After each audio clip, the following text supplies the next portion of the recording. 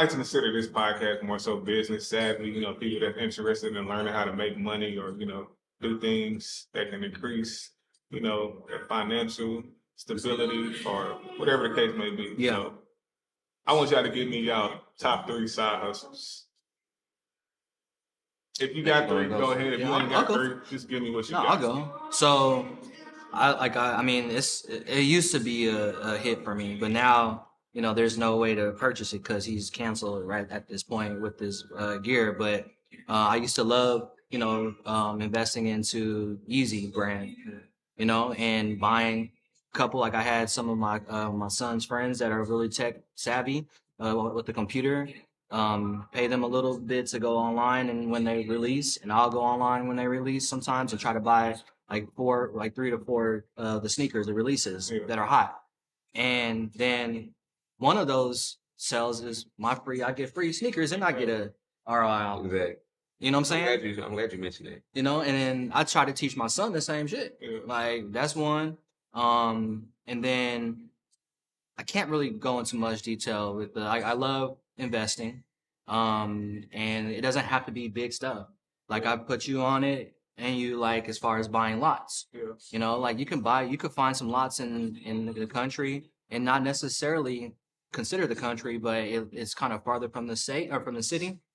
But you can buy them for like $6,000 to $10,000. And within like, 3 to 5 years, it'll probably be maybe 25 to 30. Maybe you get lucky, 50 to 100. Yeah.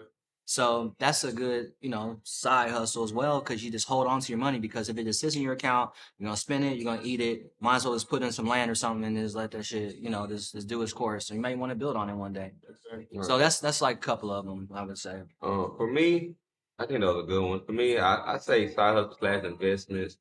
One of the ones I found out recently is the liquidation of buying pallets or buying merchandise below market and then just reselling it, whether it's pallets, whether it's individual item, whatever. You got a lot of companies that if you go to them, and even if you start off, you don't have to start off with $100,000. Even if you start off, I got $500. What can I give for this $500? A lot of companies will give you stuff at a wholesale prices to where you can actually, make $3 on your dollar or whatever the case is. So that'll be one of them. That's $1,500, then, huh? Exactly. And then another one that I would say is stocks. That's something that it's not, granted, unless you're doing day trading, you might have to make $10,000 in one day or nothing like that. But over time, it's almost like real estate. Over time, it'll grow. Yeah. And next thing you know, you continue to put money in it, whether that's $50 a month or whatever that is. You put money in it, you look at 10 years later, now that $500 and turn into, who knows, 10,000 or whatever. But that's something that you can do actively while you work, and you don't have to actually, take off from your job or anything like that. The last one I would say side hustle is pressure washer. Pressure washer. Something it don't cost much to start. You need a house that needs pressure wash today. I mean, like literally. Bro, you can do so much with pressure kidding. washing. I mean, you can do a lot. You can deal with companies and do like buildings like this. Or you can go with an apartment complex. You can go individual home. You can even go to gas stations if they need to get the gas and oil off the grounds. You can go to, even if you want to start growing, you can go to post offices. They need those trucks washed. So much you can do with a pressure washer. Giving y'all some gems right now. It's a lot. So that's one thing. Another one that I'll say. I'm gonna stick to those three. I got another one, but I got one more. I got one more too.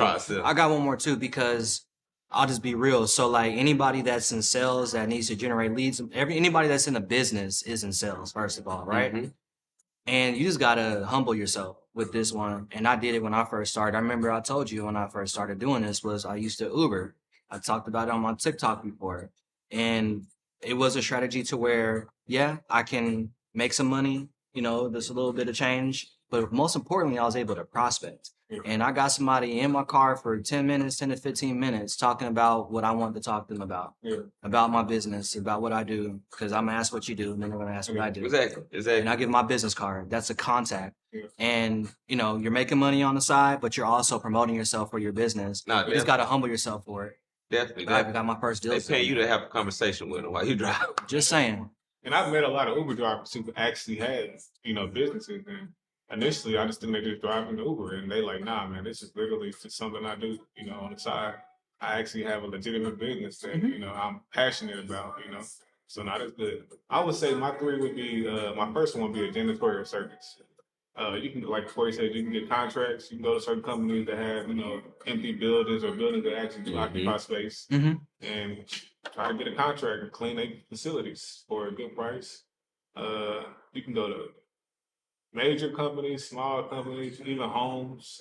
Not bad. You can make good money doing the janitorial service. And if you don't want to actually do the cleaning, you can just find a contract and then hire somebody. Man, for real. Flipping pallets also, that's number one really. I mean, it's the easiest business. It's smart. I mean, I like to say it's not effortless, but anybody can do it. Yeah. And flipping cars, I got a lot of clients that I know who purchase vehicles, then they fix them up, and then they flip them. Yeah. Buy a car for like $2,000 and flip it for $5,000 or $7,000, whatever the case may be, whatever the maintenance is. It's real simple. But man, there's so many ways to make money. Like, It is. it's so It many is. ways. And I challenge y'all to put in the comments below what is some more side hustles that may have worked for y'all, may have not, and why it didn't work, or something that y'all are thinking about. Let's help each other out. Yeah, for That's sure. the thing. That's good you said that. 'Cause there's some side hustles that I've actually tried myself. I'm like, man, this ain't for me, bro. Like, this ain't for me. Yeah. And there's other side hustles where I feel like, man, I should have been doing this. Mhm. Like, man, this is crazy. I should have been doing this stuff. So, For real. Community is Real, everything, real, and bro. with your help, you never know. One of those hustles would definitely be beneficial for you. or that side hustle could actually be your main hustle. Exactly. It It can can take replace your over. 9 to 5s. It can take over, and now that that 9 to 5 that you've been working, that you've been trying to figure out how can I get out of it, that could be it. Eventually Yep. take over. Once that side hustle start making just as much or more than your current job, now you got a decision to make. And that's funny. We're going to segue into the 2023 recession that's supposed to occur. So Yeah. side hustles are definitely necessary. So how do y'all feel about that? Man, I feel like recessions to me. I mean, I hate to say it, Succession. is a good thing for me. I'm gonna be is honest with succession. you. It worked. I'm looking forward to it. I'm looking forward It's to crazy it. you said that because in the liquidation business, like we thrive during recession. Yeah. And I hate to say it too because, of course, I'm gonna win, but there's gonna be a lot of people that's gonna lose during a recession. Exactly. It's a recession, But the liquidation is actually one of the best industries. Nah, definitely, bro. And to be honest with you, we need recessions. Yeah. You know what I'm saying? Reset. We need stuff to go just like this. Yeah. You know what I'm saying? Because once things is on this upward trajectory, see what the prices and everything is right now. $8, It's $7, crazy. $8 for So now, something. what the doesn't- recession does, it resets I things. hear you gotta put down payments for eggs. Now. Bro. What's going on, bro? Bro, it's so see Crazy, where bro. where we're going out here. So what Checking the your credit. recession does, it helps us reset, bro. Checking credit for eggs. Man, it's crazy. Niggas putting So eggs now- on African and Klarna and shit. Like, Oh my. But now we can reset, and then also, man, either the recession gonna do one or two things. Either it's gonna tear you apart, tear your ass apart, or you're gonna come out better. yeah. So you choose which side you want to be on, but you can't be lazy because if you be lazy, it's gonna be on the latter side. Mhm. But you get up and bust your ass. Don't think about tomorrow. What is gonna bring me tomorrow? Think about what it's gonna bring you in 5 years, where it's gonna take you in 10 years, and then go for it, man. But I mean, as far as the recession, to be honest with you, my insurance business, I actually make more money in recession. Everybody's My doing recession. insurance. Also with, like I said, liquidation. I don't do every business I try to do or invest in is I think about this. What if stuff hit the fan? Is this still gonna be able to make money? Yeah. So most of the stuff that I do is recession proof, or I make more money if a recession were to happen. Mhm. Yeah. Yeah, I'd say real estate. That's my main beast. And obviously, when the market investing wise, it's a great time.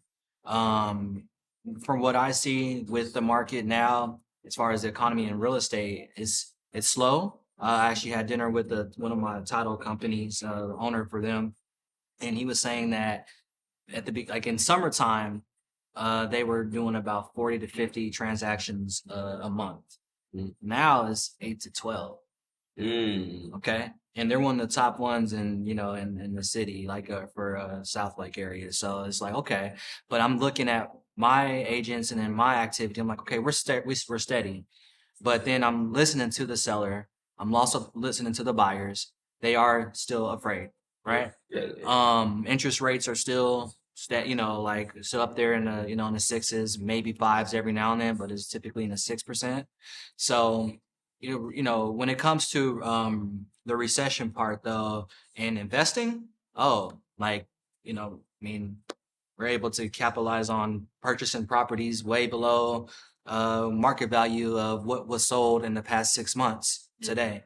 Right. So you're able to capitalize if you have your money right and you prepare and figure out how to purchase some stuff because I don't know if it's coming, but if it does, it's always a great time to purchase and get your portfolio ready. I'll say this though: half the time we hit a recession, we don't know it until it's over with. No, facts. A lot of people don't even know they were in a recession. So That's true. yeah, so Yeah. That's so true. And I Let's have talk about I it. have another challenge. In the comments again, on top of the last one, for the recession part, put in some ways that how you planning for the recession.